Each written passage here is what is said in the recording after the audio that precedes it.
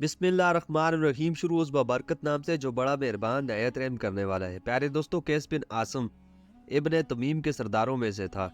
ज़हूर रसालत के बाद वो इस्लाम ले आया था। उसके हालात में लिखा है कि एक रोज़ वो रसूल अकरम सल्लल्लाहु अलैहि वसल्लम की खिदमत में हाजिर हुआ। वो चाहता था कि जो संगीन बोझ वो अपने कंधों पर उठाए फिरता है उसे कुछ हल्का करे। उसने रसूल अकरम सल्लल्लाहु अलैहि वसल्लम की खिदमत में अर्ज़ किया कि या रसूलुल्लाह, गुज़श्ता ज़माने में बाज़ बाप ऐसे भी थे जिन्होंने जहालत के बायस अपनी बेगुनाह बेटियों को जिंदा दफन कर दिया था। मेरी भी 12 बेटियां हुई।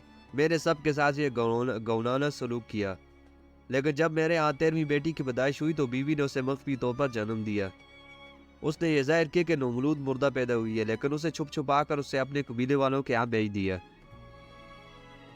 उस वक्त तो मैं मुतमईन हो गया, लेकिन बाद में मुझे इस माजरे का इल्म हुआ तो मैंने उससे हासिल किया और उसे अपने साथ एक जगह ले गया। उसने बहुत औजारी की, मेरे मिन्नतें की, मगर मैंने परवाह न की और उसे जिंदा दफन कर दिया।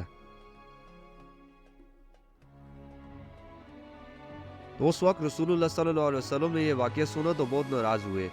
आप सल्लल्लाहु अलैहि वसल्लम की आंखों से आंसू जारी हो गए थे। आपने फरमाया, जो किसी पर रहम नहीं खाता उस पर रहम नहीं खाया जाएगा। कैस ने अर्ज किया, मैं क्या करूं कि इस गुनाह का बोझ मेरे कंधों से हल्का हो जाए। पैगंबर अकरम सल्लल्लाहु अलैहि वसल्लम ने फरमाया, तूने जितनी बेटियों को कत्ल किया उतनी गलाम आजाद करो कि शायद तेरे गुनाह का बोझ हल्का हो जाए।